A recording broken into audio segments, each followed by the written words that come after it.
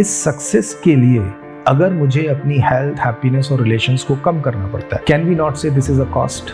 One fine day when they woke up, they saw that this child is hanging and he committed suicide. एक आदमी जा रहा है, auto पकड़ा और रोड रोलर खड़ा है साइड पर, उस पर मार दिया।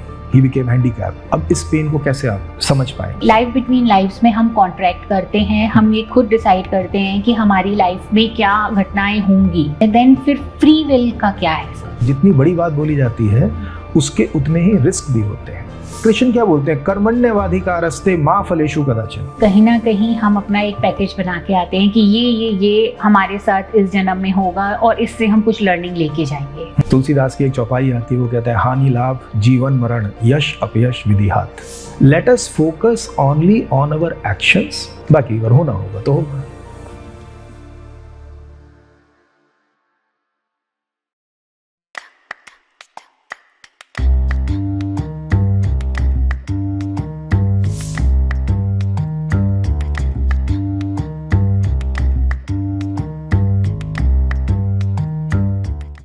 हेलो फ्रेंड्स, आज के हमारे गेस्ट हैं डॉक्टर पंकज गुप्ता। डॉक्टर पंकज गुप्ता एक साइको स्पिरिचुअल थेरेपिस्ट हैं और एक लाइफ कोच भी हैं, और इनकी कंपनी है conquer the success. So conquer the success बहुत ही डिफरेंट कॉन्सेप्ट मुझे लगा, तो हम डॉक्टर साहब से पूछते हैं what exactly conquer the success is, क्योंकि सक्सेस तो अपने आप में ही हम उसकी बात करते हैं, जो जीता हुआ है वही सक्सेसफुल है। देन फिर जीतने को भी जीतने वाला, what does that mean? So hello sir. Hello sir, welcome in our channel. Thank you so much. Sir, आप पहले अपने बारे में थोड़ा बताइए एंड फिर हमें बताइए कि कॉन्कर द सक्सेस जो प्रोग्राम है आपका, वो एग्जैक्टली क्या प्रोग्राम है और इसका मतलब क्या है इसका? ओके, सो जैसे आपने मुझे इंट्रोड्यूस किया, I am doctor Pankaj Gupta and I am working as a psycho spiritual counsellor and I am also working as a life coach. Conquer the success का मैं आपको एक कॉन्सेप्ट बताता हूँ जो मैंने अपनी लाइफ से सीखा है। आप सोचें कि जैसे आपको एक मकान का मालिक बनना है, तो आप क्या करेंगे? उसको परचेज़ करेंगे। परचेज़ का मतलब क्या होता है कि आपके पास पैसा है, उसके पास मकान है, आप दोनों को एक्सचेंज कर लेते हैं, राइट? तो we can say purchase is a process of ownership through exchange, right. दूसरा तरीका क्या होता था? पुराने राजा महाराजा जो थे वो दूसरे की टेरिटरी पे अटैक करते थे, उसको कॉन्कर कर लेते थे, जीत लेते थे, मालिक तो बन जाते थे लेकिन उसके बदले में कुछ देते नहीं थे, राइट? तो कॉन्कर का जो मैं मीनिंग ले रहा हूँ वो क्या है कि इस तरीके की ओनरशिप जिसमें हमें कुछ एक्सचेंज ना करना पड़े। Okay. So when I am using the word conquer with success, तो मतलब क्या है कि सक्सेस जो है it comes with a cost. Success का मतलब क्या होता है? मैं एक फाइनेंशियल अबंडेंस स्टेज पर पहुंच जाता हूं जहां पे कि मुझे कुछ भी अपना खर्चा करने के लिए, पैसा कमाने के लिए कुछ करने की ज़रूरत नहीं है। मेरे पास सफिशिएंट पैसिव इनकम के रिसोर्सेज हैं which are taking care of my all my expenses, right? अब इस तरफ पहुंचने के लिए अगर हम देखें practically, most of the people those who are into this level of success, उनकी हेल्थ ख़राब होती जा रही है, क्योंकि 90% जो हमारी डिजीज़ हैं they are psychosomatic in nature.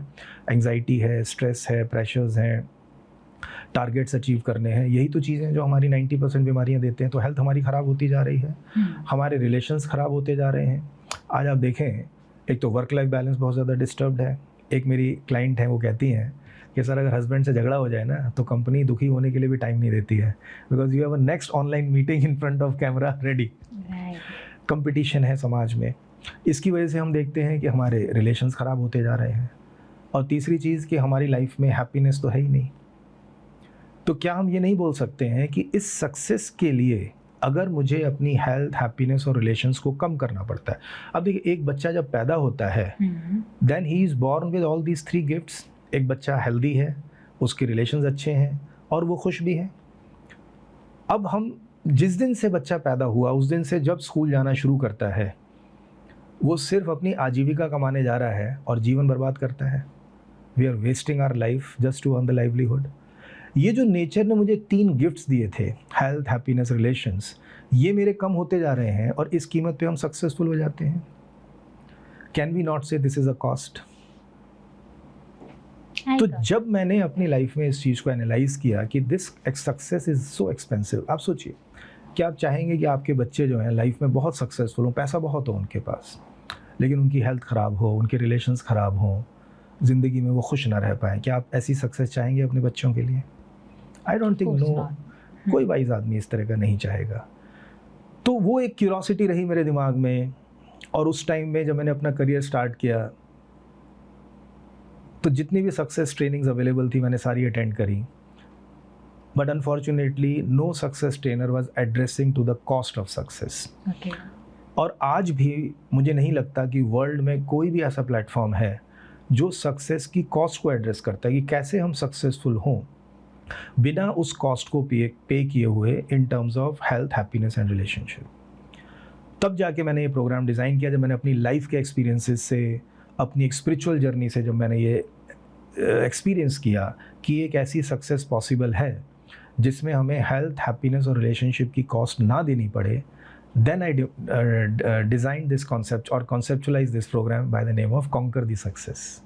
I know सुनने में बहुत कन्वेंशनल नाम नहीं लगता, but it has a meaning behind the name. So conquer the success, become successful without paying any cost. I got that, sir.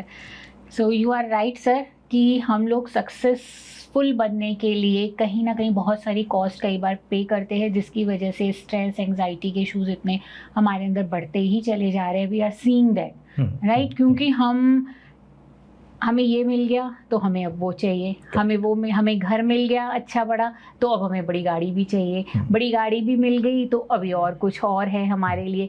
तो और शायद ये घड़ा तो कभी भरता नहीं है, लेकिन ये कॉस्ट जो है हम वो पे करते ही चले जाते हैं in terms of our relationship, in terms of our health, right sir? लेकिन एक चीज़ और भी यहाँ समझने की ज़रूरत है कि एग्जैक्टली हम सक्सेस को डिनोट किससे कर रहे हैं। सक्सेस का भी सबके लिए बहुत इंडिविजुअल मीनिंग होता है। किसी के लिए सक्सेसफुल में भी हो सकता है मनी अर्न करना हो, पर किसी के लिए सक्सेस का मतलब हो सकता है कि जो वो काम कर रहे हैं अगर उसमें उनको सेंस ऑफ सेटिस्फेक्शन है, अगर उनको लग रहा है कि भले ही पैसा बहुत नहीं आ रहा है पर मैं वहाँ पे कंट्रीब्यूट अच्छा कर पा रहा हूँ, तो वो मुझे एक सेंस ऑफ सेटिस्फेक्शन दे रहा है, और वहाँ से शायद वहाँ पर हम कॉस्ट भी कोई इतनी पे नहीं कर रहे होते क्योंकि अंदर से एक शांति होती है। So how do you define success?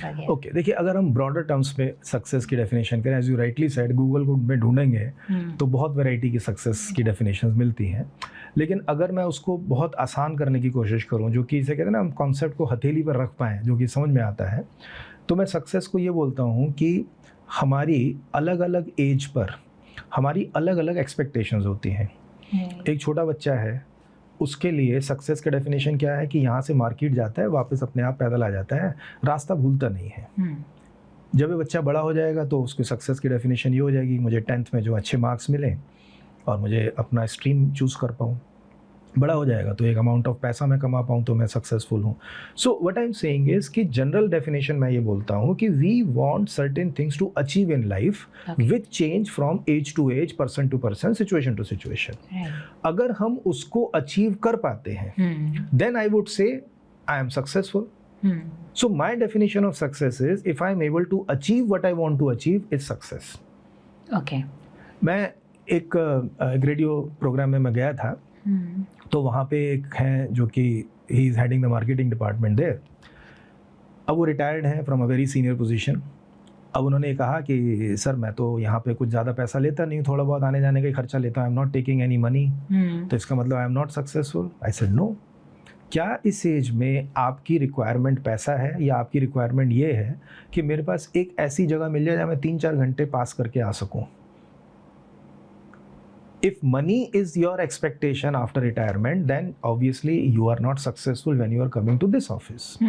लेकिन अगर आपको लगता है कि भी मेरे वेल सेटल्ड है financially, I am quite okay, बच्चे सेटल हो चुके हैं, मेरी नीड क्या है? माई नीड इज़ कि मैं मेरे दिन के 3-4 घंटे भी अगर मुझे एक ऐसी जगह चला जाता हूँ जो मैं सोशलाइज कर पाता हूँ, लोगों से मिल पाता हूँ, एक रूटीन मेरा बना रहता है, वो आपको यहाँ पे मिल रहा है, then it means that you are successful.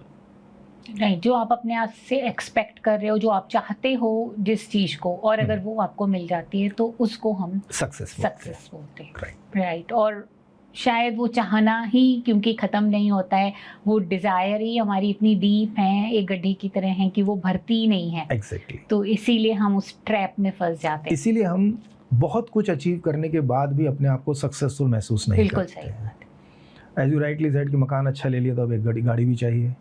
अब मकान से जो सक्सेस मिली है, वो सक्सेस जो हमें एक हैप्पीनेस का कारण थोड़े टाइम के लिए तो बन सकती थी, वो नहीं बनती है, क्योंकि हमारी एक्सपेक्टेशन फिर दूसरी जगह आगे चली जाती है। Right, so that's so true. So sir, जो आपने ये प्रोग्राम डिज़ाइन किया है, उस प्रोग्राम के अंदर आप क्या अपने क्लाइंट्स के साथ कैसे इसको लेके जाते हैं? एज वी ऑल नो कि आजकल स्ट्रेस का लेवल कॉर्पोरेट में बहुत बढ़ा हुआ है, एंड आपके क्लाइंट्स बहुत सारे कॉर्पोरेट से रिलेटेड भी हैं। आई एम श्योर वो इस कॉन्सेप्ट से कनेक्ट कर पाते होंगे। तो आप क्या क्या उनसे लेयर बाय लेयर यहाँ पर काम करते हैं उनके साथ? देखिए, कॉन्कर दी सक्सेस में मैं एक ही चीज़ की मैं गारंटी देता हूँ, and that is unconditional happiness. Okay, आपकी लाइफ में पास्ट में कुछ हुआ हो, प्रेजेंट में कुछ हो या फ्यूचर में हो, आप दुखी नहीं हो सकते, ये मेरी गारंटी है।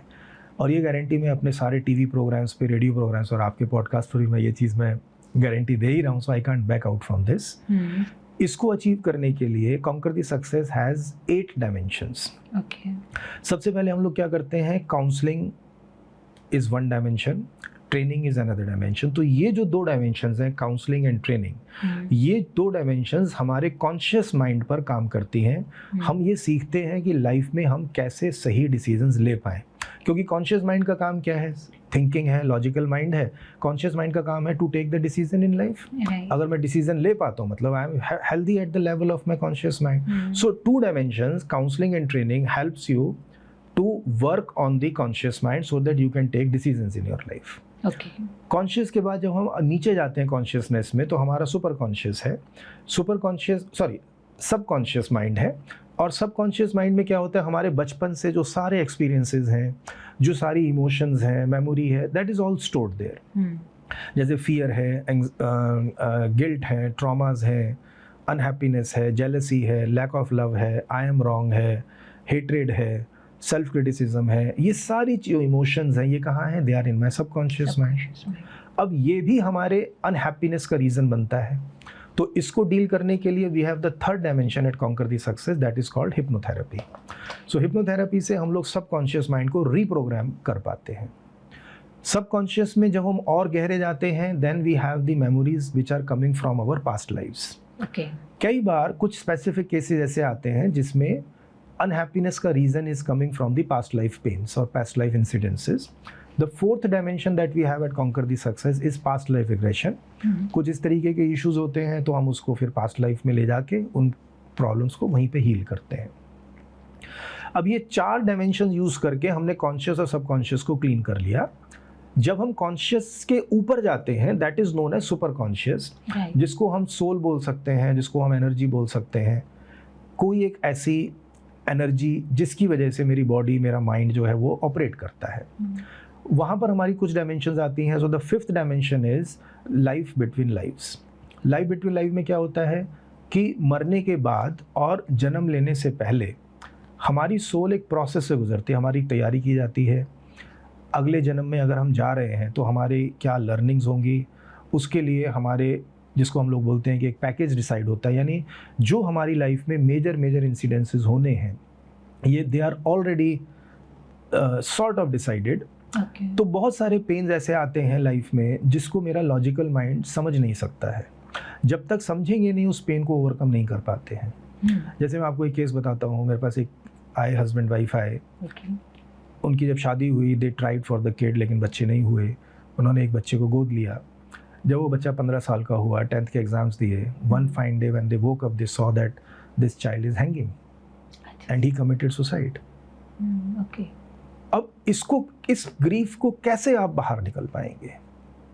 एक आदमी जा रहा है, सर्दियों की रात है, this man he came out from the HUDA city centre, metro से उतरे, ऑटो पकड़ा, ऑटो की लाइट काम नहीं कर रही है, फॉग है, और रोड रोलर खड़ा है साइड पर, उस पर मार दिया। And he had got multiple fractures and you know, कांच पूरी बॉडी में गया। He became handicap. अब इस पेन को कैसे आप समझ पाएंगे? जब तक समझेंगे नहीं, तब तक इस पेन से को तो ओवरकम नहीं कर सकते हैं। तो जब हम लाइफ बिटवीन लाइफ के कॉन्सेप्ट से जब हम चीज़ों को देखते हैं, उस नज़रिए से जब देखते हैं, तो तो फिर हम जो है इस टाइप के जो पेन है, ग्रीफ है, उसको भी हम ओवरकम कर पाते हैं. So that's the 5th dimension. 6th dimension आता है, दैट इज स्पिरिचुअलिटी, कि मेरी जो आइडेंटिटी है that is like a soul, that's a spirit. अपने आप को स्पिरिट के फॉर्म में जानना, पहचानना और अपने आप को उसके साथ आइडेंटिफाई करना कि मैं आत्मा हूँ, स्वरूप हूँ. That is the 6th dimension, that is the spirituality. अब हमने स्पिरिचुअलिटी को समझ लिया, स्पिरिट क्या है, क्या होता है, सब चीज़ें हमने समझ ली हैं. Then comes that you have to practice it, you have to experience the soul. So the 7th dimension that we have at conquer the success is meditation, जहाँ मेडिटेशन ले जाके लोगों को एक्सपीरियंस कराते हैं उस डिविनिटी का, उस सोल का, उस अपनी एनर्जी का, और धीरे धीरे उसके साथ एक एसोसिएशन डेवलप करते हैं. 8th डायमेंशन आती है, दैट इज़ हीलिंग. तो वहाँ पे हम लोग ऑरा हील करते हैं, चक्रास क्लीन करते हैं, सोल हीलिंग करते हैं, क्योंकि जब हम एक पेन से गुजरते हैं तो हमारी सोल भी डिसइंटीग्रेट हो जाती है. तो सोल को इंटीग्रेट करते हैं. स्पिरिट गाइड्स होते हैं जो हमें हमेशा हर मोमेंट पे हमें गाइड करते हैं. हम लोग स्पिरिट गाइड को भी रिक्वेस्ट करते हैं, उनको भी कॉल करते हैं, तो उनके साथ मीटिंग्स करते हैं, उनसे गाइडेंस लेते हैं. कई बार कुछ केसेस ऐसे आते हैं जो सोल पोजेशन के केसेस होते हैं, जिसको पुराने ज़माने बोलते हैं ना, ऊपरा हो गया, कोई और सोल है जो कि डिस्टर्ब कर रही है. कुछ इस तरीके के भी केसेस आते हैं, फिर उन सोल्स को कॉल करके फिर उनको हील किया जाता है. So all that comes under the healing. So when I say that I guarantee unconditional happiness, believe me, is not a marketing statement. There is a big process behind it, कि हमारी जो पूरी consciousness है, super conscious, conscious and subconscious, हम तीनों consciousness के level पर काम करते हैं, उसको क्लीन करते हैं, और then you can achieve unconditional happiness in life. It's quite a process, sir. It's quite a process. It's quite a process. And sir, कितने लोग, I'm sorry, मतलब नहीं कोई बात नहीं, बताएं. कितने लोग सक्सेसफुली इस प्रोसेस को कंप्लीट कर पाते हैं प्रोग्राम्स के अंदर? देखिए, ओशो की स्टेटमेंट है कि 1000 चलते हैं तो एक पहुंचता है. वो मुझे लग रहा है, क्योंकि प्रोसेस आपने जो मुझे बताई है वो दिख रही है कि इट्स क्वाइट अ प्रोसेस. तो इतना डेप्थ होना किसी के अंदर कि वो सुपर कॉन्शियस लेवल पे भी और हीलिंग के लेवल पे खुद को क्लीन कर पाए. सो दैट्स, देखिए, ओशो एक और बात बोलते हैं, 1000 चलते हैं और एक पहुंचता है. इसलिए नहीं कि रास्ता डिफिकल्ट है, इसलिए कि हमारी कमिटमेंट नहीं है. बट फॉर्चुनेटली आई वुड से कि मेरे पास ऐसे काफ़ी क्लाइंट्स आए हैं जिन्होंने इस पूरी जर्नी को किया है मेरे साथ. मतलब they came for the marriage counselling,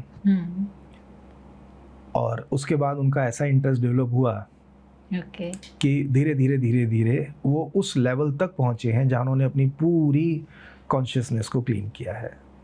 ऐसे काफ़ी लोग हैं अब. और ये सच में क्लीन हो जाती है? बिल्कुल हो जाती है, बिल्कुल हो जाती है. तो जैसे आप ग्रीफ बता रहे हो, जिन पेरेंट्स के बेटे ने, 15 साल के बेटे ने आत्महत्या कर ली, क्या वो पेरेंट्स उस ग्रीफ से ऊपर आ पाए? बिल्कुल आ पाए. मैं आपको 1-2 एग्जांपल्स देता हूँ स्पिरिचुअल हिस्ट्री से, क्योंकि आप नहीं समझ पाएंगी कि कैसे बाहर आ पाए हैं. 1-2 कॉमन बातें मैं आपको बोलता हूँ, सो that you can also understand that. आप देखें कि जीसस को जब क्रूसीफाई किया जाता है, तो जीसस के एक लास्ट वर्ड्स क्या हैं? O God, O Father, forgive them for they know not what they do. इनको माफ़ कर दो, ये नहीं जानते क्या कर रहे हैं. और हमारा तो 500 रुपये का नोट होता है ना, तो परमात्मा के अस्तित्व पर प्रश्न चिन्ह लग जाता है कि भगवान है भी कि नहीं. It is not the pain, it is your perspective. एक आदमी के 500 रुपये का नोट खोने से वो दुखी हो जाता है, और भगवान है कि नहीं उस पर प्रश्न चिन्ह लगाता है. और जीसस, जिनके हाथ पाँव में अभी कीले ठोके जाएंगे, और वो कहते हैं भगवान इनको माफ़ कर दो. अल-इलाज मंसूर हुए हैं, जिसको कोड़े मारे जाते हैं, जिसकी एक एक उंगली काटी जाती है, पैर काटे जाते हैं, गर्दन काटी जाती है. और वो क्या बोलता है? कहता है हे खुदा, तेरा धन्यवाद कि तूने अपने लहू से वज़ू करने का मौका दिया है. वज़ू करना मतलब जब नमाज़ पढ़ने जाते हैं तो ऐसे हाथ धोना, पैर धोना पूरा. वो कहता है कि पानी से वज़ू करके तो ज़िंदगी हो गई तेरी नमाज़ में आते हुए, आज मरते समय तूने मौका दिया है कि अपने खून से मैं वज़ू करके तेरी नमाज़ पढ़ रहा हूँ. Quite deep. And I can give you so many examples from the spiritual history. वो स्टेट अगर उन लोगों ने अचीव की है तो हर इंसान कर सकता है. वो हमें एक होप देते हैं when they can reach to that level. And I can tell you, मेरे बहुत सारे क्लाइंट्स हैं जब स्टार्ट करते हैं तो सिचुएशन ये होती है कि एक लेडी आई, उनके हस्बैंड का एक्स्ट्रा मैरिटल अफेयर है, मैं मजबूर हूँ कि उसको मैं डाइवोर्स नहीं दे सकती because my parents are old, और इस एज में उनको पता लगेगा तो वो तो शायद ज़िंदा भी ना रह पाए, because my love for my parents is much more than the hate that I have for my husband, इसलिए मैं मैरिज को नहीं छोड़ना चाहती हूँ। वहाँ से चीज़ स्टार्ट होती है and I take her to that level कि एक दिन वो ये बोलती है कि सर उस लड़की की वजह से ना मेरी सेक्स लाइफ में स्पार्क आ गया इस एज में भी, तो मैं एक दिन उस लड़की को जाके थैंक्स ज़रूर बोल के आऊँगी। सो वो it's just the mindset, it's just the perspective. आप बहुत बड़े से बड़े पेन को भी अगर आप अच्छे से हैंडल कर पाते हैं, आप अनहैप्पी नहीं होते हैं if you look life with a different perspective. और काउंसलिंग है क्या? Counselling is not shifting the perspective. Counselling में लाइफ में कुछ नहीं बदलने वाला है, सिर्फ एक ही चीज़ बदलती है and that is giving you a new perspective to look at life. मेरे सारे क्लाइंट्स, और रादर सारे से इन द सेंस वो सारे क्लाइंट जो इस जर्नी पे पूरे जाते हैं, अल्टीमेटली उन लोगों को माफ़ भी करते हैं और उन लोगों को धन्यवाद भी देते हैं जिनकी वजह से उनकी लाइफ में पेन्स आए हैं। राइट, कहीं ना कहीं उनको वो ये आए हैं तो उनको ये रास्ता मिला है कि वो इनके ऊपर उठना शुरू करते हैं, transcend the whatever it is, जो भी पेन है exactly. उसको वो लोग। राइट। पर फिर भी सर ह्यूमन बीइंग के साथ इमोशंस बहुत इनहेरेंटली हैं, जैसे आपने बोला सबकॉन्शियस माइंड हमारा, it's all about our these complicated emotions like jealousy है, हमारी एनवी है। ये कहीं ना कहीं हो सकता है हम पास्ट लाइफ से ला रहे हो सकता है हमारा इसी लाइफ में कुछ कंडीशनिंग में आ गए हो, हमारे अंदर एक्सपीरियंसेस से आ गए हो, पर ये हैं। और ऐसे में अगर हम हैप्पीनेस को फिर एक ट्रैप की तरह कई लोग अपना लेते हैं कि हमें पॉजिटिव ही सोचना है, हमें ये जो थॉट्स आ रहे हैं या मुझे ये जो फील हो रहा है वो सही फील नहीं हो रहा है, जिसमें हम अपने ही इमोशंस को इनवैलिडेट करना शुरू कर देते हैं, राइट। और जिसकी वजह से कॉम्प्लिकेशन और बढ़ जाती है, क्योंकि वो इमोशंस आपके बहुत पेन से, आपके खुद के सबकॉन्शियस माइंड से आ रहे हैं। अगर आप उनको नहीं एक्सेप्ट कर रहे हो और आप बोल रहे हो कि मुझे तो खुशी रहना चाहिए और मुझे अपना पर्सपेक्टिव अच्छा ही रखना चाहिए, पर माइंड क्या है, वो बोल रहा है कि नहीं मेरे लिए इम्पोर्टेंट है, तो वो इमोशंस का अगर वैलिडेशन नहीं है और हम हैप्पीनेस की ट्रैप में फंस रहे हैं, तो वो साइकोलॉजिकली जो भी रिसर्चेस से या स्टडी से जो मैंने समझा है कि ये हमारे को और ज़्यादा डिप्रेशन की तरफ लेके जाता है, ये हमारे को और ज़्यादा एंग्जाइटी की तरफ लेके जाता है। तो इसके बारे में आप क्या कहेंगे सर? आपका कहना बिल्कुल ठीक है। अपने पेन को एक्सेप्ट ना करना ये भी एक अनहैप्पीनेस का कारण है। राइट। सप्रेशन से हैप्पीनेस कभी नहीं आती है। अंदर से मुझे जेलसी है, अंदर से मेरी रिक्वायरमेंट है कि मुझे एक और बड़ा मकान खरीदना है या मुझे गाड़ी लेनी है, लेकिन कहीं ना कहीं मैंने किताबों में पढ़ लिया या किसी को बोलते हुए सुन लिया है कि ये एक्सपेक्टेशंस जो हैं वो हमारे दुख का कारण है। हम अपनी एक्सपेक्टेशंस को दबाने की कोशिश करते हैं, लेकिन क्या हम दबा के दबा पाते हैं? नहीं। क्योंकि अगर हम माइंड को समझें, माइंड को हम दो पार्ट्स में बाइफरकेट कर सकते हैं। Your very small is 5% is your conscious mind जो लॉजिकल है, 95% इज अ सबकॉन्शियस माइंड। मतलब क्या है, वो इमोशंस सबकॉन्शियस में आ रही हैं, वो ग्रीड है, वो जेलसी है, जिसको हमारा ऋषि बोलता है षटरिपु। षटरिपु मतलब 6 दुश्मन है जो अनकंडीशनल हैप्पीनेस के रास्ते में दुश्मन की तरह खड़े हैं। और वो क्या है, वो काम है, क्रोध है, लोभ है, मोह है, मत्सर है, मद है, 6 दुश्मन है। अब ये 6 दुश्मन मेरे सबकॉन्शियस माइंड में है और मेरा 5% सिर्फ सुनी सुनाई बात के नहीं, जेलसी जो है वो बुरी चीज़ होती है। 5% से 95 को दबाएंगे तो वो सप्रेशन जो है कहीं ना कहीं और हमारे दुख का कारण बनेगा। उन सारी चीज़ों को जो मेरे अंदर की जो इमोशंस हैं, जो मेरी एक्सपेक्टेशंस हैं, हमें उनको दबाना नहीं है, उनको समझना है, उनको जीना है। एक फल है, अगर आप उसको कच्चा तोड़ लेते हैं तो फल को भी दर्द होता है, पेड़ को भी दर्द होता है, और उस फल में ना तो मिठास आती है, ना खुशबू आती है, ना स्वाद है। इसको जल्दी तोड़ लेने से कुछ नहीं होगा, इसको समय देना होगा। ये अभी ज़िंदगी के रस लेगा, पेड़ से अभी और रस लेगा। एक समय आएगा जब ये पक जाएगा, अपनी ज़िंदगी के अनुभव से जब वो रस लेके जब पक जाएगा तो अपने आप टूट जाएगा। न पेड़ को पता लगेगा, न फल को पता लगेगा, और फल में खुशबू भी आएगी, स्वाद भी होगी, मिठास भी होगी। इन पेन से हम लॉजिकल माइंड को लगाकर जल्दी टूटने की कोशिश करते हैं, और यही हमारे लिए सबसे बड़ा दुख का कारण है। नहीं, अगर हम जेलसी है, अगर लगता है कि मुझे बड़े एम्स हैं और मुझे बड़ा अचीव करना है, तो करो। जब उस दुख में आप पकोगे तो अपने आप आपको समझ में आएगा। राइट। लाइफ में हम बहुत जल्दी करना चाहते हैं ना, हम फास्ट फूड की जनरेशन में आ चुके हैं। राइट, स्पिरिचुअलिटी भी जल्दी चाहिए। स्पिरिचुअलिटी भी जल्दी चाहिए, ऐसा नहीं होता है। काउंसलर कहाँ हेल्प करता है? जिंदगी अपने आप सिखाती है। काउंसलर क्या करता है? जब आप लाइफ के पेन से गुजर रहे होते हैं तो काउंसलर आपको एक नया पर्सपेक्टिव देता है, सो दैट आप उससे लेसन्स जल्दी सीख पाते हैं। मैं हमेशा बोलता हूँ अपने सारे क्लाइंट्स को, हम सब जो है ना, एक स्पिरिचुअलिटी में हम सब एनलाइटनमेंट की तरफ जा ही रहे हैं। एक जर्नी, हम सब एक जर्नी है। जिसकी लाइफ में कोई गुरु आ जाता है, कोई सदगुरु आ जाता है, उसके 10, 20, 50, 100 जन्म कम लग जाते हैं। जिसकी लाइफ में सदगुरु गुरु नहीं आता है, उसकी लाइफ में कुछ जन्म ज़्यादा लग जाते हैं। ज़िंदगी तो सबको सिखाई रही है। राइट। तो आपका जो कहना है वो बिल्कुल ठीक है कि हम जितना सप्रेस करेंगे कॉन्शियस माइंड से अपनी फीलिंग्स को, उतना ही हम दुखी होंगे। राइट। तो इसका मतलब है कि कहीं ना कहीं आपका एक समय आता है जब आप रेडी होते हो, तब शायद कोई आपको ऐसा शो अप हो जाए और आपको ये सही राह दिखा दे, तो आप उसको ट्रांसेंड कर पाते हो। और अगर आप नहीं रेडी हो और आप ज़बरदस्ती अपने साथ कर रहे हो और अपने इमोशंस को दबाने की कोशिश कर रहे हो, तो वो शायद फ्रूटफुल नहीं है हमारे। क्योंकि डिप्रेशन की जब हम बात करते हैं, अगर हम टेक्निकली देखें, depression means you are pressing something. Right.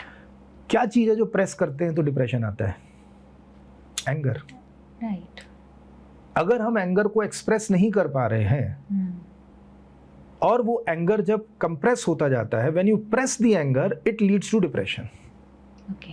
और एंगर क्यों आता है? एंगर इसीलिए आता है क्योंकि मैं चाहता कुछ हूँ, चीज़ें हो नहीं रही उसके हिसाब से। तो ऑब्वियसली डिप्रेशन बढ़ेगा, अनहैप्पीनेस बढ़ेगी लाइफ में। राइट। सो सर, आपने बोला कि जब आप ये प्रोसेस करते हैं तो इसमें पास्ट लाइफ रिग्रेशन भी बहुत हेल्पफुल रहता है। पास्ट लाइफ रिग्रेशन के बारे में आप बताइए हमारे दर्शकों को कि एग्जैक्टली अगर मैं इस लाइफ में इस चीज़ से डील कर रही हूँ कि मेरा बेटा क्यों मुझे इतनी जल्दी छोड़ के चला गया, जैसे आपने उन कपल के लिए बोला, तो ऐसे में पास्ट लाइफ रिग्रेशन हमको कहाँ हेल्प कर रहा है और कैसे हेल्प कर रहा है? देखिए, पास्ट लाइफ रिग्रेशन जो है कुछ केसेस में हेल्प करता है, जैसे आपने यही बोला है। तो इसमें जब हम लोग पास्ट लाइफ में जाते हैं, या life between lives will be more appropriate for this type of situations, जहाँ पर हम ये देख कर आते हैं कि क्यों मैंने जन्म लेने से पहले ये चूज़ किया था कि बहुत कम उम्र में मेरा बच्चा मुझे छोड़कर चला जाएगा। इस पेन से मेरी लाइफ में क्या लर्निंग्स जो आनी है। तो जब हम लाइफ बिटवीन लाइफ से चलते हैं और जब हम लाइफ बिटवीन लाइफ को एक्सपीरियंस करते हैं कि भाई हम समझ पाते हैं कि ये पैकेज जो मैंने डिसाइड किया है कि 15 साल की उम्र मेरा बच्चा मुझे छोड़कर चला जाएगा, ये जो अनबियरेबल पेन मुझे फील हो रहा है, इस पेन के पीछे मुझे कुछ लेसन ज़रूर सीखने हैं। वो क्या लेसन सीखने हैं वो हम पास्ट लाइफ या लाइफ बिटवीन लाइफ्स में जाके हम उसको समझ सकते हैं।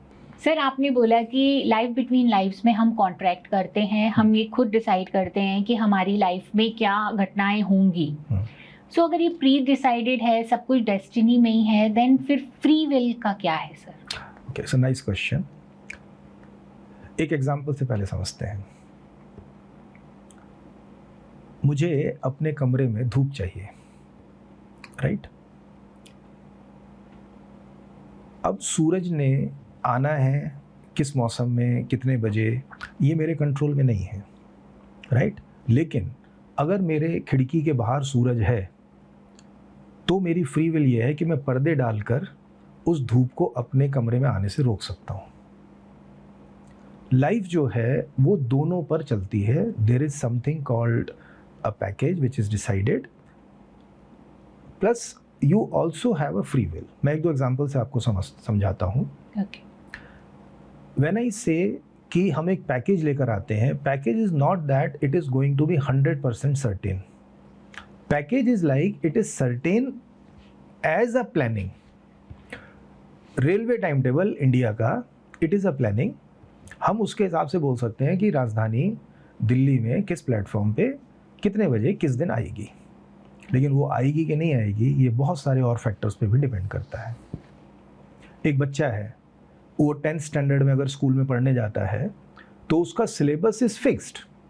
उसको मालूम है उसको क्या पढ़ना है, लेकिन पढ़ता है कि नहीं पढ़ता है, क्लास में फेल हो जाता है, ये उसकी फ्री विल है. यानी जो पैकेज हम लेकर आते हैं वो इंसिडेंसेस हमारी लाइफ में होंगे. हमारी फ्री विल है, हम उससे लेसन सीख सकते हैं या नहीं सीख सकते हैं. पर्दे हटाना या पर्दे ना हटाना ये मेरी फ्री विल है. लेकिन धूप का बाहर आना, सूरज का बाहर आना या ना आना ये मेरी फ्री विल का पार्ट नहीं है. तो there are certain things which are fixed, there are certain things which are variable. अभी मैं आपसे कहूँ आप खड़े हो जाएं और एक पैर ऊपर उठा लें, आपके पास फ्री विल है, आप लेफ्ट पैर भी उठा सकते हैं, राइट भी उठा सकते हैं. That's part of your free will. लेकिन एक बार आपने लेफ्ट पैर ऊपर उठा लिया, अब राइट पैर ना उठाने के लिए that has become part of your destiny. So हम गुलाम नहीं है, हमारी फ्रीडम. लाइफ बिटवीन लाइव्स में हम लोग जब बात करते हैं, हमारा एक्सपीरियंस ये होता है that your freedom is always respected. धूप जब आती है, सूरज जब आएगा तो आपके दरवाजे पे डोरबेल बजाकर अंदर नहीं आएगा, वो आ जाएगा और आपकी फ्री विल का, आपकी फ्रीडम का रिस्पेक्ट करेगा. आप चाहें तो पर्दे हटा सकते हैं, आप ना चाहें तो पर्दे नहीं हटा सकते हैं. So it's a combination of package plus your free will. Okay, so जो मुझे समझ में आ रहा है सर कि मान लीजिए मेरी लाइफ में कुछ भी घटनाएं मैं फ्री अपनी डेस्टिनी से लिखवा के आई हूँ, पैकेज के तौर पे लिखवा के आई हूँ कि मेरे साथ ये घटित होगा.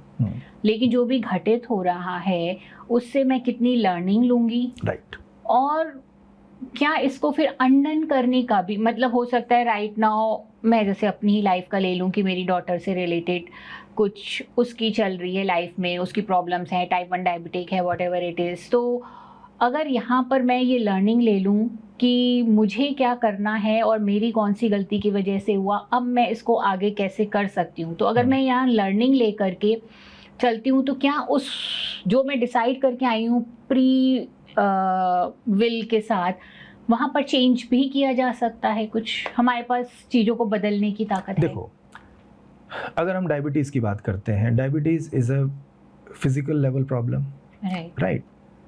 अब एक सही एज पर अगर एक इंसान अपनी डाइट का ख्याल रखता है, अपने लाइफस्टाइल का ख्याल रखता है, अपने स्ट्रेस का ख्याल रखता है, अपनी एक्सरसाइज का ख्याल रखता है, तो डायबिटीज़ के होने के चांसेस कम हो जाते हैं.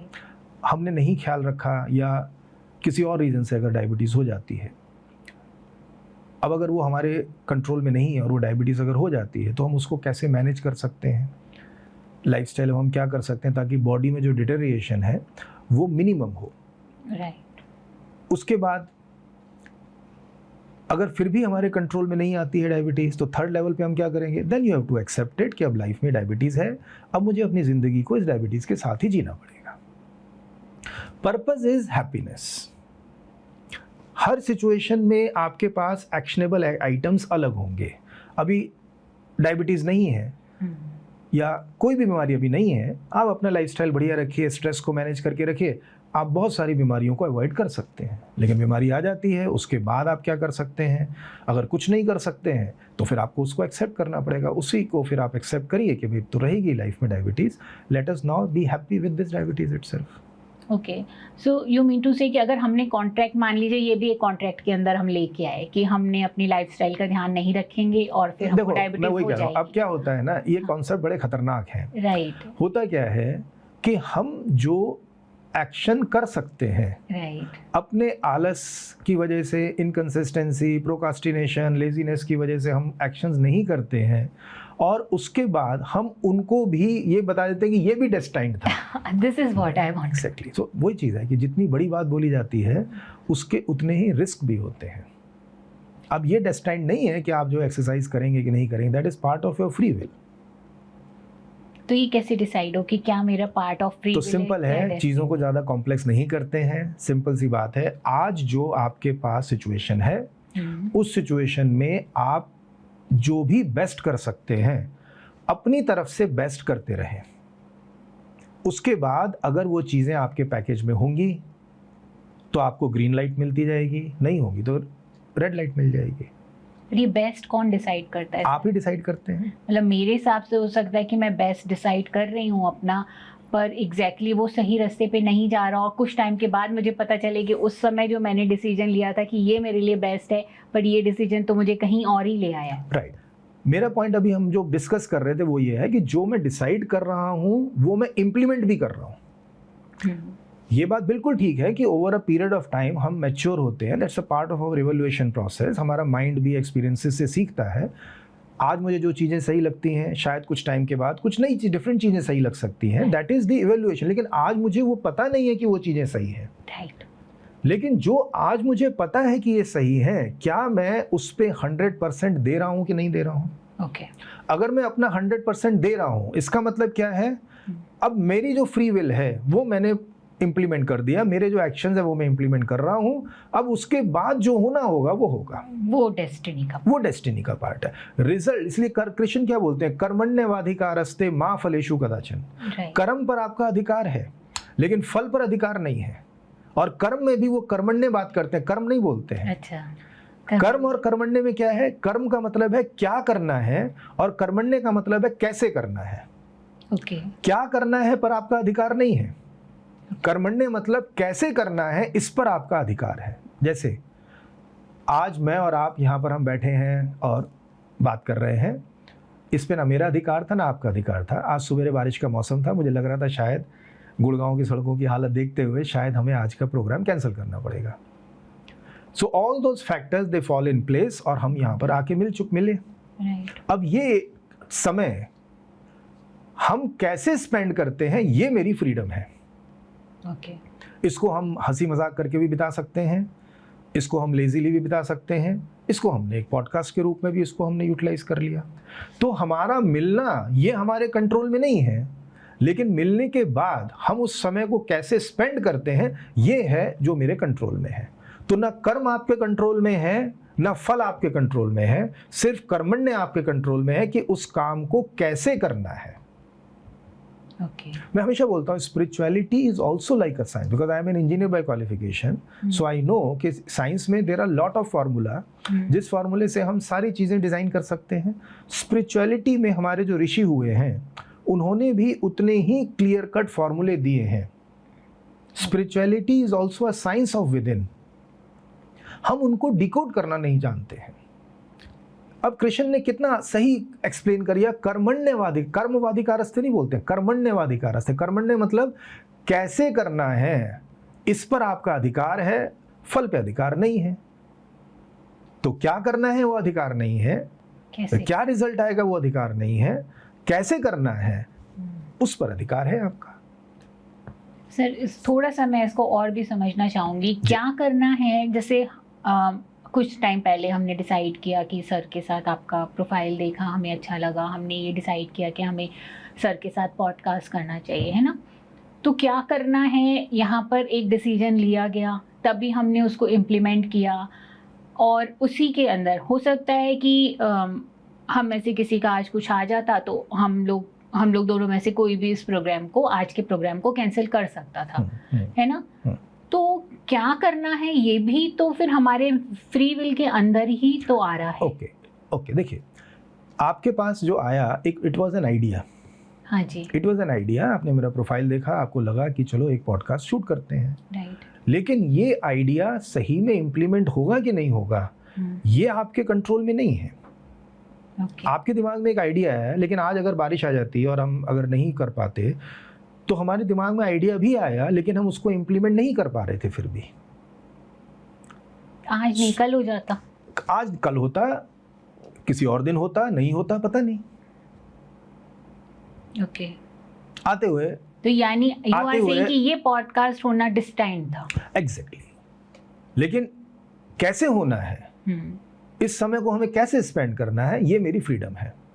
जैसे महाभारत से एग्जांपल लेते हैं, जब सेनाएं युद्ध भूमि में आ चुकी हैं, राइट, अब युद्ध होना ये लगभग तय है। अब इसको टाला नहीं जा सकता है, ये कर्म है। कैसे लड़ना है, ये अर्जुन की फ्रीडम है, ये दोनों सेनाओं की फ्रीडम है। और कृष्ण अर्जुन को क्या बोलते हैं 18 अध्याय में, यही तो समझाते हैं। अब युद्ध आ चुका है सामने, और सामने जिनसे आपने युद्ध करना है वो आप ही के परिवार के बुजुर्ग हैं, गुरु हैं, भाई बंधु हैं। लेकिन अब अगर ये सिचुएशन आ चुकी है, तो अब अपना बेस्ट देकर इस युद्ध को लड़ो, बिना ये सोचे हुए कि तुम जीतोगे या दूसरी पार्टी जीतेगी। दूसरी पार्टी जीतेगी। युद्ध ना हो, इसके लिए कृष्ण ने बहुत काम किया है। Right. जब पूरा क्षत्रिय समाज बोलता है कि नहीं युद्ध होना चाहिए क्योंकि पांडवों को सताया गया है, उनके साथ अत्याचार किया गया है, कृष्ण बोलते हैं कि नहीं, इतना जो है ब्लड शेड को अवॉइड किया जा सकता है, मैं एक शांति दूत बन के जाता हूँ। Right. उन्होंने लास्ट मोमेंट तक एफर्ट किया जो उनको ठीक लगा, लेकिन उसके बाद भी युद्ध हुआ है। So again everywhere you will find a mix of free will versus destiny. अब कृष्ण की फ्री विल है, वो कहते हैं कि ठीक है मैं एक बार एफर्ट करके देखता हूँ, शांति दूत बन के जाता हूँ। उन्होंने कहा छोड़ दो हस्तिनापुर, सिर्फ 5 गांव दे दो, लेकिन नहीं हुआ। मतलब अपना पूरा एफर्ट करने के बाद भी कि युद्ध टाला जा सके, युद्ध ने होना था। ओके। अब युद्ध आने के बाद अर्जुन किस तरीके से युद्ध करता है, ये उसकी फ्री विल है।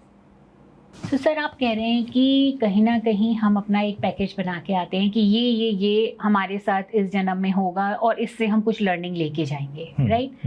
तो किस तरीके का पैकेज यूजुअली जब आप अपने क्लाइंट्स के साथ करते हैं, तो किस तरीके का पैकेज आपको दिखता है, बनता है वहाँ पर? देखिए, इसका आसानी से सवाल का जवाब देने के लिए मैं तुलसीदास को कोट करना चाहता हूँ।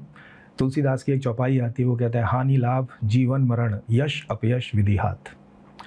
ये 6 चीज़ें, कब लाइफ में हानि होगी, कब लाभ होगा, कब यश मिलेगा, कब अपयश मिलेगा, कब जन्म होगा, कब मृत्यु होगी, ये विधि के हाथ में है। तुलसीदास भक्त परंपरा से आते हैं, वो विधि बोलते हैं, परमात्मा के हाथ में है वो बोलते हैं। जब हम इसको लाइफ बिटवीन लाइफ के कॉन्सेप्ट से बोलते हैं तो बोलते हैं कि it's a part of package which is already decided. दोनों ये कह रहे हैं कि ये चीज़ें आपके हाथ में नहीं, इनको बदला नहीं जा सकता है। किस टाइप के इंसिडेंसेस हमारे पैकेज में आते हैं, किस इंसान से हमें कब मिलना है और कब नहीं मिलना है। सडनली आप जो हैं बस जा रहे हैं, अपनी ज़िंदगी जी रहे हैं, और एक इंसान है, आप उसको देख के आप उसकी तरफ अट्रैक्ट हो जाते हैं। मैं कोई केस बताता हूँ। मैं one lady used to come to me, और वो अपने पेरेंट्स के घर जब गई एक बार, तो एक शॉपकीपर है जिससे सामान लेके आती हैं, उसके पास गई, उससे सामान लेने के लिए ही गई थी, and she felt some sort of an attraction for that man, and she said कि इट वाज नॉट लस्ट। मुझे नहीं पता क्या था, बट कहीं ऐसा लगा कि कुछ तो इज बियॉन्ड वर्ड्स, कुछ क्लिक हुआ है, and it's purely not lust. धीरे धीरे उसके साथ बातचीत हुई, मुलाकात हुई, and then obviously when it became a reason of unhappiness, then she came to me। और जब हम लोगों ने उसका पास्ट लाइफ किया तो पता लगा कि वो जो इंसान है वो इनके साथ कई जन्मों में साथ रहा है। अच्छा, ओके।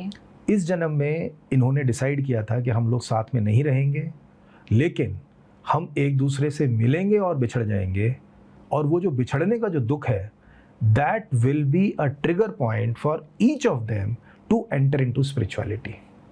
Okay, right?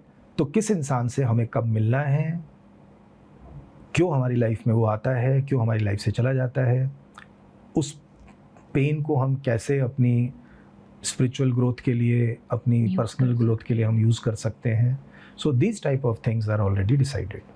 क्या मेजर इंसिडेंसेस होने हैं, दीज आर ऑल डिसाइडेड। वही हानि लाभ, कब प्रॉफिट होगा, कब लॉस होगा, आप अपना बेस्ट करते हैं और फिर भी देखते हैं कि अब मेरे एक क्लाइंट हैं, उन्होंने 10-12 साल कॉर्पोरेट में काम किया,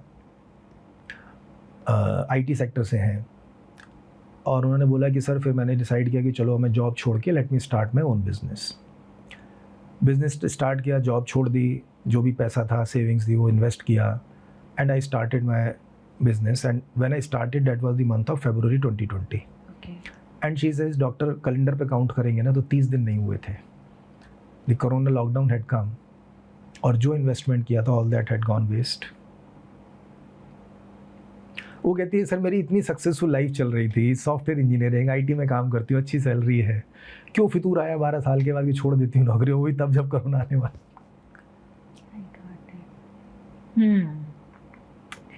राइट।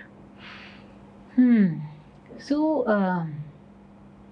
देन मतलब सब कुछ ही हमारी लाइफ में डिसाइडेड है, फ्री विल यहाँ पर है कि हम उसमें क्या लेसन लेके जाते हैं, कैसे एग्जीक्यूट करते हैं, कितनी समझदारी से आगे आने वाले अपनी चीज़ों को हम सुधार पाते हैं। तो उसके बाद जो नेक्स्ट और नेक्स्ट हमारे लाइफ में डेस्टिनी के थ्रू आने वाला है उसके साथ हम डील करने के लिए कितने रेडी होते हैं। सो जो समझ में आ रहा है कि we all are here for our spiritual growth. We all are on a spiritual journey. Osho की एक स्टेटमेंट में बोलता हूँ, मुझे बहुत पसंद है।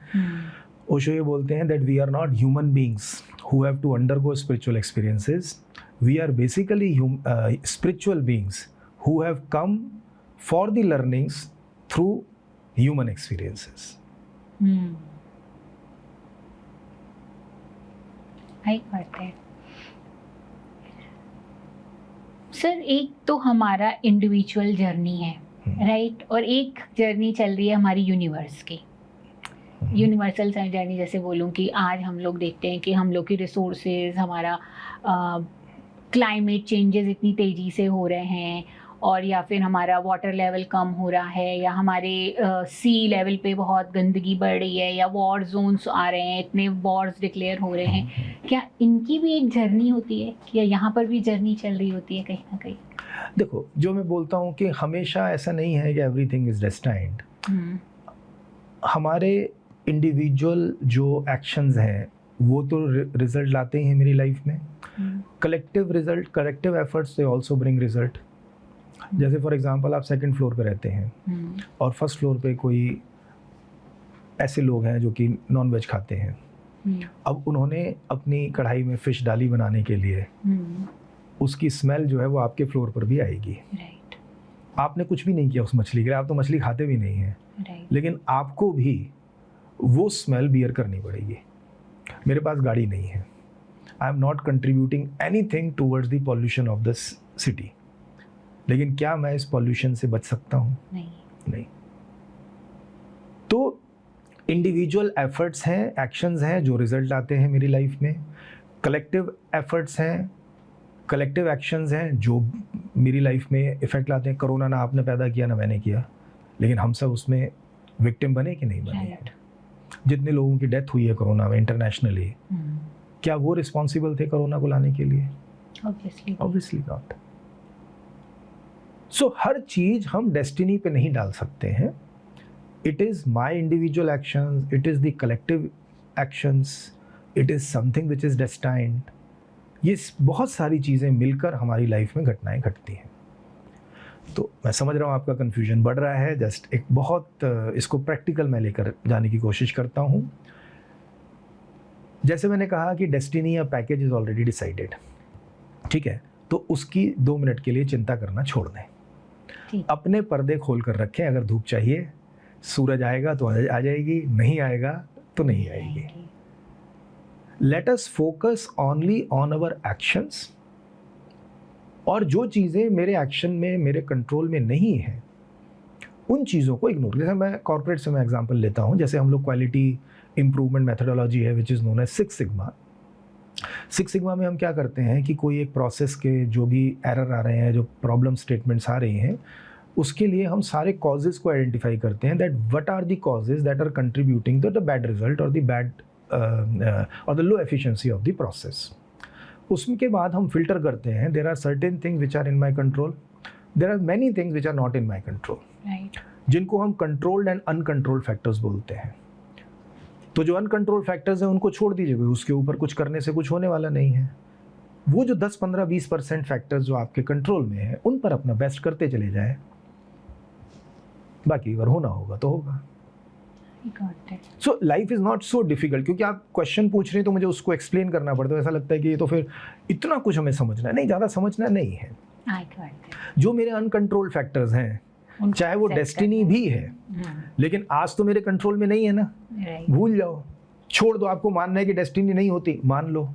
मानना है कि होती है, मान लो। क्योंकि दोनों सिचुएशंस में डेस्टिनी इज अनकंट्रोल्ड। एक सिचुएशन सामने आई, उस सिचुएशन में मैं क्या बेस्ट कर सकता हूँ ये मेरे कंट्रोल में है, वो करते जाओ, बाकी फिर जो होना होगा वो होगा लाइफ में। ठीक है सर।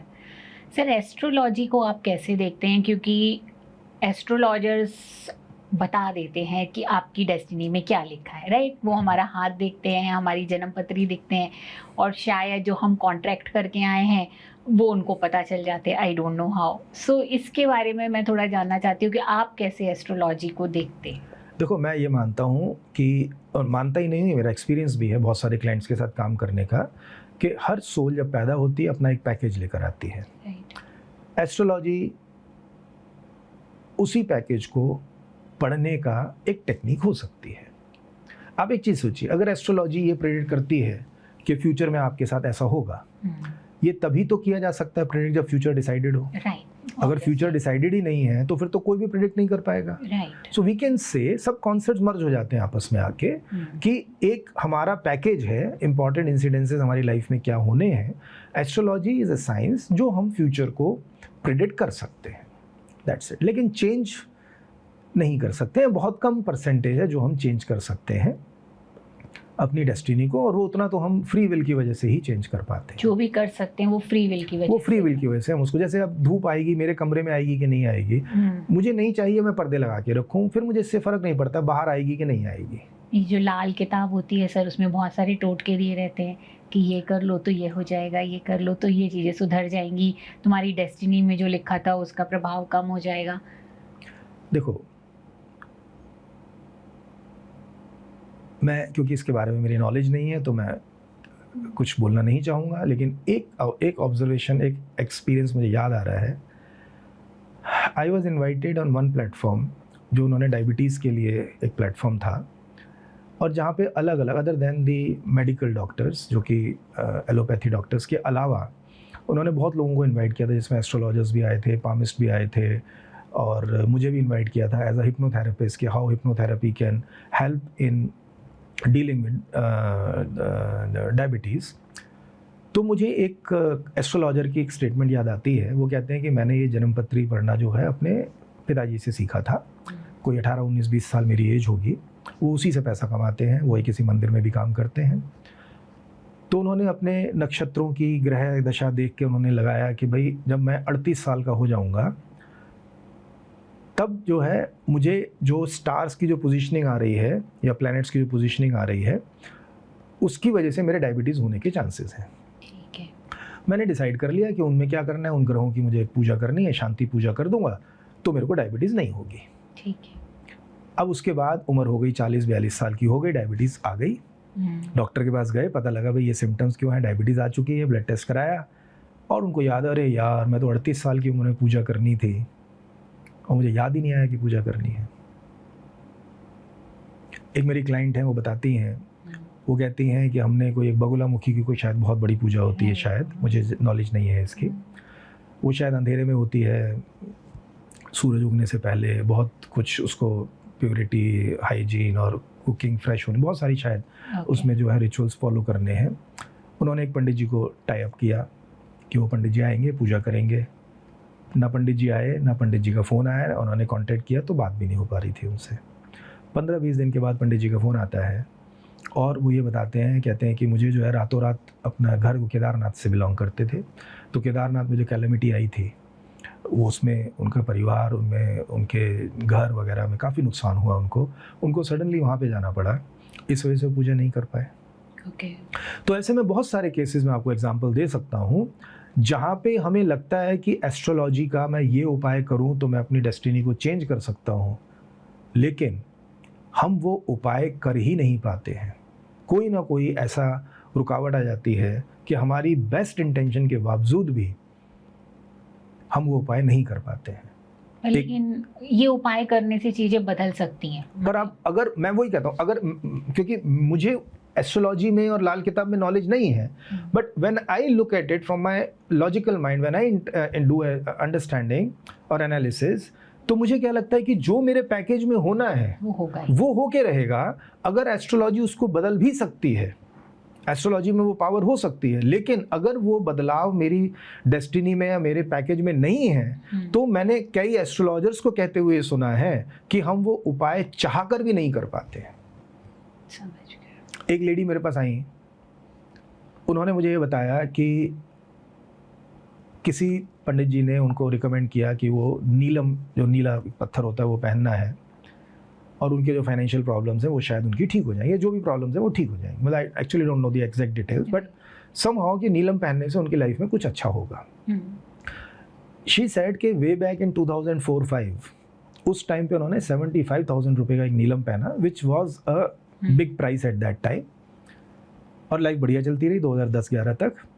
लेकिन 10-11 में पता नहीं वो नीलम की अंगूठी कहाँ गिर गई, और वो कहती है ऑब्वियसली अंगूठी ढीली भी नहीं थी, और मैं इतनी केयरलेस नहीं हूँ कि मैं उठा के कहीं होटल में या किसी बाथरूम में छोड़ दूंगी, मालूम नहीं वो अंगूठी कहाँ गई।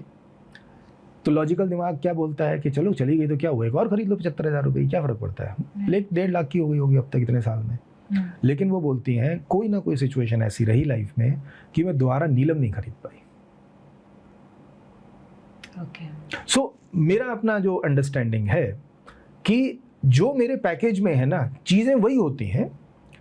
हम एस्ट्रोलॉजी से ये जान लेते हैं कि यार ये प्रॉब्लम आने वाली है, तो उसको बचाने के लिए हमारे पास एस्ट्रोलॉजी में शायद कुछ उपाय हो भी सकते हैं, लेकिन वो उपाय आप इम्प्लीमेंट नहीं कर पाते अगर वो चीज़ें लाइफ में चेंज नहीं होनी है आपके। तो that is what my understanding is, but of course astrology is a science, there is no doubt about it. Right sir, जैसे आप बोल रहे हैं कि हम पैकेज लेके आते हैं और हमें ये हमारा डिसाइडेड होता है कि इस जन्म में हमें कौन सी लर्निंग्स लेनी है, और उन लर्निंग के हिसाब से कुछ घटनाएं हमारी ज़िंदगी में डेस्टाइंड होती हैं, राइट। मान लीजिए किसी की बहुत डीप इच्छा है कुछ पाने की, है ना, और वो मे बी डेस्टिनी से ही आ रहा हो कि उसको वो पाना है, लेकिन वो उसको मिलना नहीं है। अब वो उसके पीछे भाग रहा है, वो उसको मिल नहीं रहा है, तो वो जिस सक्सेस के पीछे भाग रहा है, जैसा आपने बोला कि आपका प्रोग्राम भी है सक्सेस के ऊपर काम करने का, कॉन्कर द सक्सेस, राइट। तो अब वो सेंस ऑफ अचीवमेंट, वो उसका सेंस ऑफ सक्सेस उसको मिल ही नहीं रहा है और उसके पीछे भागा जा रहा है। Then how can you help that person जिसको उसकी लाइफ का जो वो चाहता है वो मिल नहीं रहा? ओके, अब यहाँ पर उसका अनहैप्पीनेस का रीज़न क्या है, पहले इसको समझते हैं। ठीक है। क्या उसका अनहैप्पीनेस का रीज़न ये है कि जो चाह रहा है वो उसको नहीं मिला है, क्या वो अनहैप्पीनेस का रीज़न है, या उसकी चाहत जो है वो अनहैप्पीनेस का रीज़न है? ओके। अष्टावक्र एक हुए हैं जो राजा जनक के गुरु हैं, और अष्टावक्र कहते हैं कि हे जनक, कामना जैसी व्याधि नहीं और निष्कामना सी समाधि नहीं। कामना मतलब डिज़ायर, एक्सपेक्टेशन। एक्सपेक्टेशन से बड़ी कोई बीमारी नहीं है, और निष्कामना,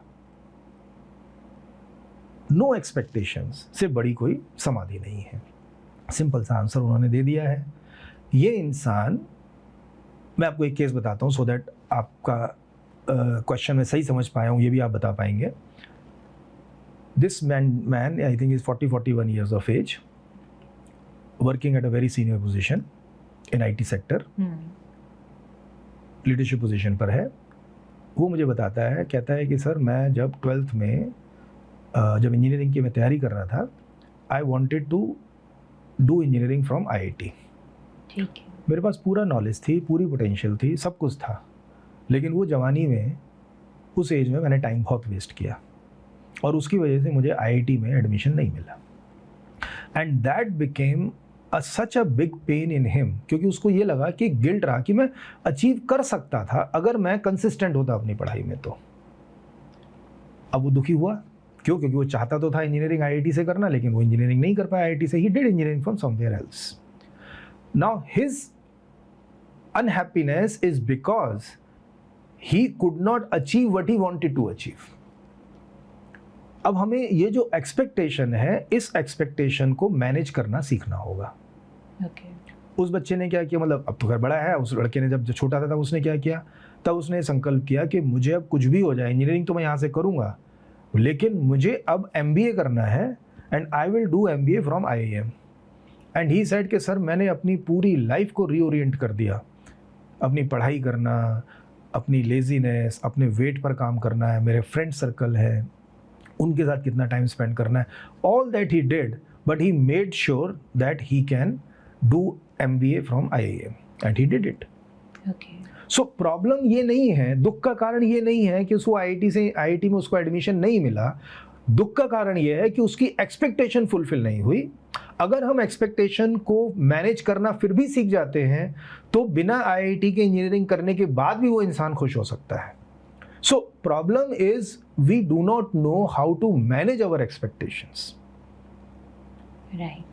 और ये भी शायद उसका ही पार्ट होगा कि हमें स्पिरिचुअलिटी ग्रोथ में जैसे हम बात करते हैं कि जो चीज़ हमें नहीं मिल रही है वो उसका ही पार्ट है कि जब आपको वो नहीं मिलती है तो आप कहीं ना कहीं उसको ट्रांसेंड करने की कोशिश करते हैं. दोनों चीज़ें हैं, अगर आप एफर्ट नहीं करेंगे तो भी नहीं मिलेगा, Right. और आपकी डेस्टिनी में नहीं होगा तो भी नहीं मिलेगा. मिलेगा. पॉइंट ये है कि नहीं मिला ये दुख का कारण नहीं है, वो एक्सपेक्टेशन की ये मिलना ही चाहिए था हर कंडीशन पे, राइट. ये मेरे दुख का कारण है. So work on your expectation. जैसे कॉन्कर द सक्सेस में जब हम लोग बात करते हैं, so expectation management is a module that I cover in this. क्योंकि क्या होता है, यहाँ पे बहुत सारे संत हुए हैं हिंदुस्तान में, जैसे अष्टावक्र को मैंने कोट किया है, कृष्ण भी यही कहते हैं, कर्म करो फल की इच्छा मत करो. हमें ऐसा लगता है कि एक्सपेक्टेशंस हमारे दुख का कारण है, सब संत यही कहते हैं, लेकिन वो जिस कॉन्टेक्स्ट में कह रहे हैं उस कॉन्टेक्स्ट में सही है, लेकिन अगर एक्सपेक्टेशंस नहीं होंगी तो ग्रोथ भी नहीं होगी. राइट. सो एक्सपेक्टेशंस होना दुख का कारण भी है, लेकिन ग्रोथ भी एक्सपेक्टेशन से आती है. अगर पुराने इंसान ने उड़ते हुए पक्षी को देखकर उड़ने की कल्पना नहीं की होती तो आज हमारे पास फ्लाइट्स नहीं होती.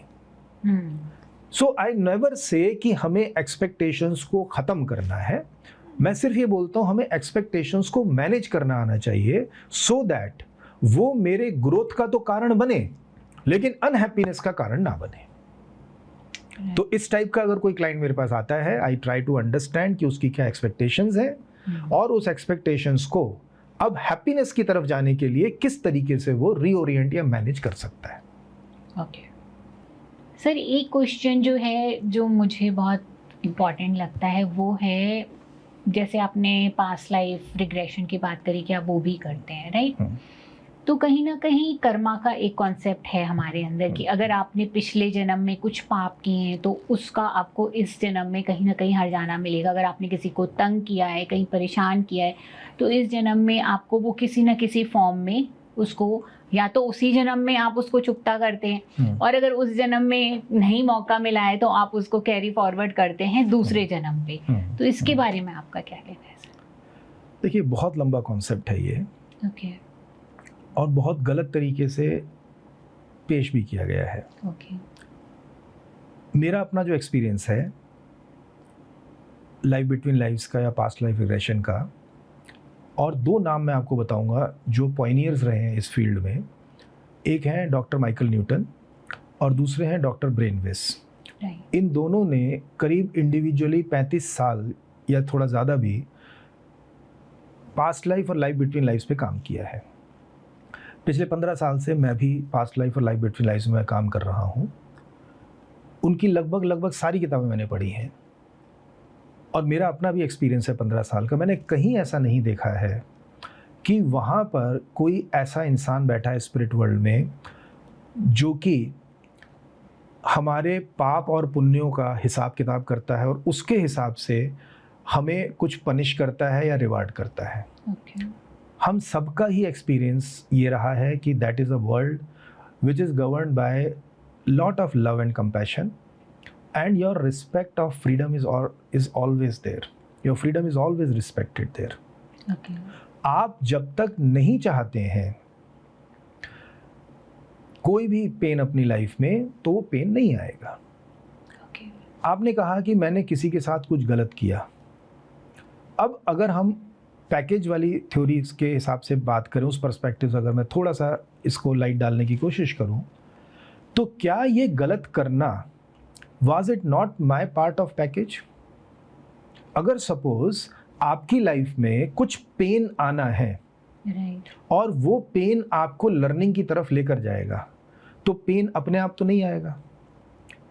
कहीं आप लेके या पैकेज में आप डिसाइड करके, पैकेज में आपने डिसाइड किया, लेकिन अपने आप तो पेन नहीं आएगा। हो सकता है मैं आपकी लाइफ में किसी तरीके से आऊंगा, I would become that reason of pain for you. Right, no, if I am becoming a reason of pain for you, ये तो मैं आपके लिए, आपकी स्पिरिचुअल ग्रोथ के लिए मैं तो हेल्प कर रहा हूं आपकी। फिर मेरा पेन देना गलत कैसे हो सकता है मेरे लिए? Okay, are you getting the point what I am right saying? Right. तो ऐसा नहीं है कि अगर मैंने किसी के साथ बुरा, पहली बात तो यह है कि वो जो बुरा करना था that was the part of the package. अभी मैं जैसे केस बताता हूँ कि एक पार्टनर है, उसका दूसरे का जो एक्स्ट्रा मैरिटल अफेयर है, और वो एक्स्ट्रा मैरिटल अफेयर है, उसकी वजह से इस पार्टनर की लाइफ में पेन आ रहा है। राइट, अब इस पेन से एक लर्निंग है। ये लर्निंग कब आती? जब उसका पार्टनर पास्ट लाइफ, जब उसका पार्टनर जो है एक्स्ट्रा मैरिटल करेगा, तभी तो लर्निंग आएगी। तो उसका एक्स्ट्रा मैरिटल करना गलत कैसे हो सकता है? अगर वो नहीं करता एक्स्ट्रा मैरिटल, तो इसकी लाइफ में वो पेन नहीं आता, वो पेन नहीं आता तो स्पिरिचुअल ग्रोथ नहीं आती। Okay, right. तो पहला जो मैं यहाँ पर हाईलाइट करना चाहता हूँ वो सिर्फ ये है कि कोई ऐसा नहीं बैठा है, एक जज की तरह वहाँ कोई नहीं है जो कि ये डिसाइड कर रहा है आपने क्या सही किया है, आपने क्या गलत किया है, और फिर उसके हिसाब से आपको पनिश कर रहा है या रिवार्ड दे रहा है। ऐसा नहीं है। ओके, लेकिन अगर मैंने आपको पेन दिया है लाइफ में, राइट, तो मेरी अपनी ये क्यूरोसिटी हो सकती है, अपने दिमाग में एक ये लर्निंग की एक इच्छा हो सकती है कि जब मैंने आपको पेन दिया, then how you would have felt. उस एक्सपीरियंस को, आपकी उन फीलिंग्स को जानने के लिए, probably the next life that I will decide, I will choose that you give me pain और someone else give me pain, the same level of, same type of pain जो मैंने आपको आपकी लाइफ में दिया है। अच्छा, ओके, ये मेरी फ्री विल है। मैं देखना चाहता हूं कि अगर सपोज मेरा extra marital affair and because of this I am giving pain to my wife, अब अगले जन्म में मैं ये देखना चाहता हूं कि मेरी वाइफ ने क्या फील किया होगा। So this married life I will plan जिसमें कि मेरे पार्टनर का एक्स्ट्रा मैरिटल अफेयर होगा। No, this is happening but not because as my karma और as a punishment of my karma. It is coming because I want to have that learning कि जब मेरे partner का एक्स्ट्रा मैरिटल अफेयर होता है तो वो कैसा फील करता है। सो हमारी जो एक फ्रीडम है, इट इज ऑलवेज रिस्पेक्टेड। आप डॉक्टर माइकल न्यूटन की किताबें पढ़ें, डॉक्टर ब्रेनविस की किताबें पढ़ें, आपको कहीं ऐसा नहीं लगेगा। इन लोगों का, दोनों का मिला के करीब 70-75 साल का इनका एक्सपीरियंस है, which is a huge experience in this particular field. 75 साल के एक्सपीरियंस में और 15 साल अगर मेरा भी जोड़ लेते हैं तो 90 साल के एक्सपीरियंस में हम तीनों में से किसी ने ऐसा नहीं देखा है कि वहाँ पे कोई पनिश करने के लिए बैठा है। हाँ, जो हम यहाँ करते हैं उन सब के records are there, astral records are there.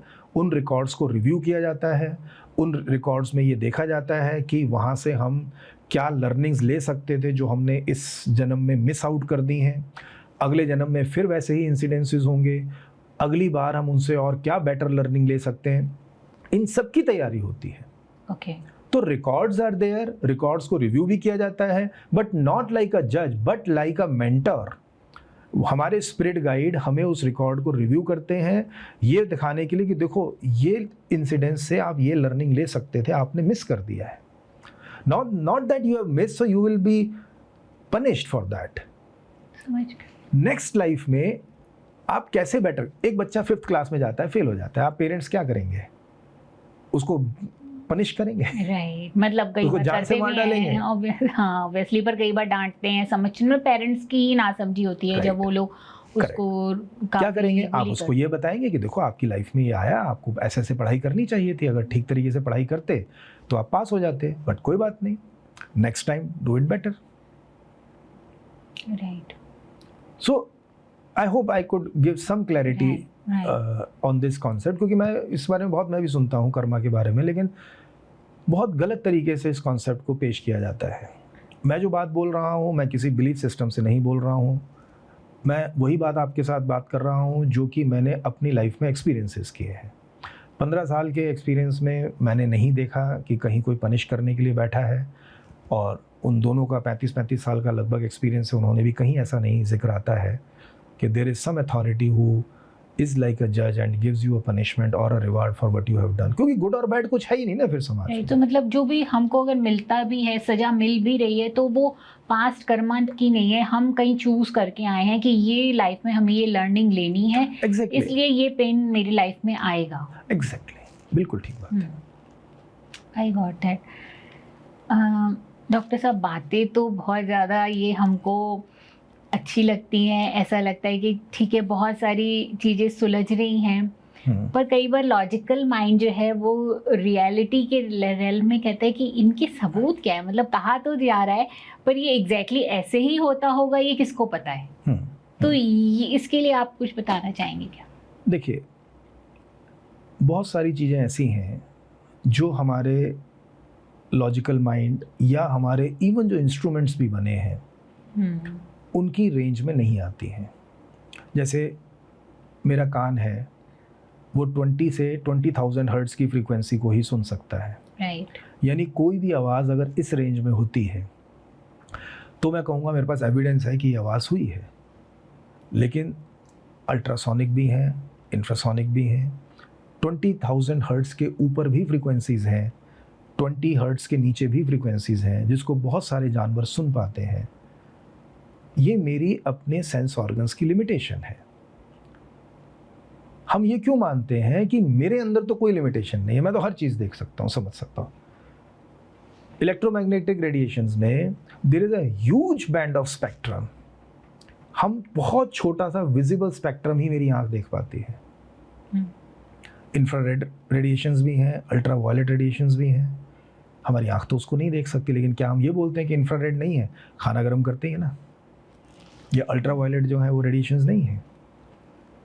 तो जो मैं एक्सपीरियंस कर पाता हूँ वही इस पूरे यूनिवर्स की लिमिटेशन है. मैं इस सोच पर एक क्वेश्चन मार्क लाना चाहता हूँ. So true, so true.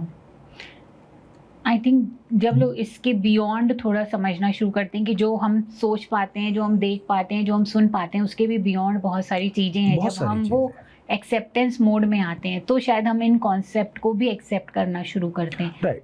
तब हमारे लिए एक रेल्म खुलता है जहाँ पर आई थिंक हम वन हो जाते हैं यूनिवर्स के साथ. और मैं आपको एक चीज़ बोलना चाहता हूँ कि ये लाइफ बिटवीन लाइव्स या पास्ट लाइफ रिग्रेशन जो है, it is no more a concept of belief system. It is something which is experiential.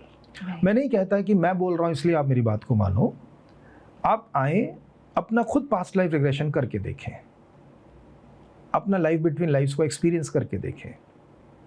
अगर आप कर पाते हैं तो अपने एक्सपीरियंस से मानेंगे कि हाँ ये सही होता है, और नहीं कर पाते हैं तो अपने एक्सपीरियंस से मानेंगे कि जो मैं बोल रहा हूँ वो झूठ बोल रहा हूँ. हम एक्सपीरियंस के लिए तैयार हों. हर चीज़ लॉजिक से समझ में नहीं आती है. नहीं आती है. सॉरी. सो सर, बहुत सारी बातें करी हमने आज के पॉडकास्ट में. बहुत ही डिफरेंट पॉडकास्ट मेरे लिए भी रहा है. बहुत सारी लर्निंग मैंने ली है sir. At the end of the podcast sir, आप मेरे व्यूअर्स को क्या बताना चाहेंगे? Any message from your side? देखिए, हर इंसान को मैं सिर्फ एक ही चीज़ कहना चाहता हूँ. Happiness is your choice, unhappiness is also your choice. Choose wisely.